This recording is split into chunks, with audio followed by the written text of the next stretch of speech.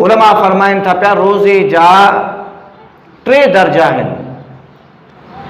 हिकिड़ो रोज़ो आहे आवाम जो रोज़ो कि ये बुखिया रहा सुबह सादिक खां वठी करे सिज लथे ताणी कोई अहिड़ो कमु न कयाऊं कि जंहिंसां ज़ाहिरी तौर ते रोज़ो भॼी पवंदो आहे। इहो आवाम जो रोज़ो आहे।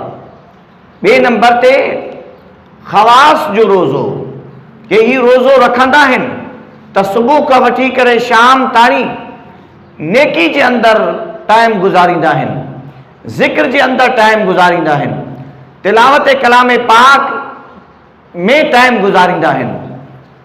हर वक़्तु उन्हनि खां चङाई ई सादिर थींदी आहे। ऐं 3 नंबर ते अख़सुल ख़वास जो रोज़ो कि ही अख़सुल ख़वास हज़रात जे महिल रोज़ो रखंदा आहिनि त मां सिवा अल्लाह खां ताल्लुक़ कटे छॾींदा आहिनि ऐं फ़क़ति पंहिंजे यार जी यारी जे अंदरि टाइम बसर कंदा आहिनि। पोइ असांखे इन तरतीब सां रोज़े रखण जी कोशिशि करणी आहे कि असां आवाम जे रोज़े खां निकिरी करे ख़ासि रोज़े ॾे अचूं ऐं असांजो वक़्तु चङाई में बसर थिए, नेकी में बसर थिए, परहेज़गारी में बसर थिए। अहिड़ा माण्हू तव्हां न ॾिठा आहिनि कि जेके रोज़ो रखंदा आहिनि त उन्हनि जो टाइम ई न गुज़रंदो आहे ऐं उहे सोचींदा आहिनि त बसि टाइम बंदि थी वई आहे, ॼणो घड़ी बंदि थी वई आहे। घड़ी घड़ी घड़ी ॾिसनि था पिया कि टाइम ई नथो गुज़रे आहे। हूअं त ख़बर ई न पवंदी हुई ॾींहुं गुज़री वेंदो हो, मगर हाणे त टाइम ई नथी गुज़रे।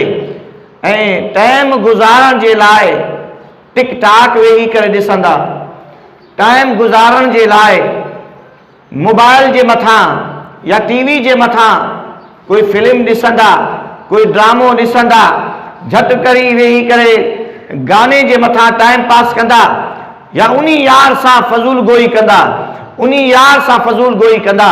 पोइ जंहिं महिल फज़ूल माण्हुनि सां इंसान वेहंदो आहे त पोइ गिला खां बची न सघंदो आहे। या उहो गिला कंदो आहे या गिला ॿुधंदो आहे, या कंहिंजी बुराई कंदो आहे या कंहिंजी बुराई ॿुधंदो आहे।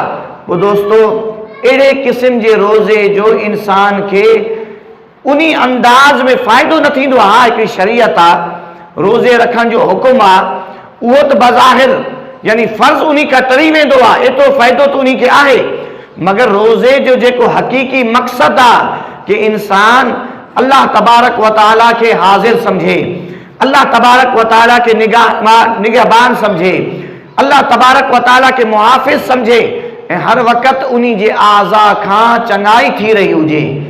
पोइ अगरि असां तव्हां इन जी कोशिशि कंदासीं त यकीनन तव्हां असांजो फ़ाइदो आहे। केतिरा ई दोस्त आहिनि नमाज़ रोज़ो रखंदा आहिनि मगर नमाज़ न पढ़ंदा आहिनि, रोज़ो रखंदा आहिनि मगर जमात सां नमाज़ अदा न कंदा आहिनि। अहिड़े दोस्तनि खे मां इल्तिजा थो कयां त ख़ुदा तव्हां नमाज़ ॾे अचो, तव्हां जमात सां नमाज़ अदा कयो, तरावी जी नमाज़ खे न छॾो। सॼो साल जा 11 महीना इंसान ग़फ़लत में गुज़ारे थो।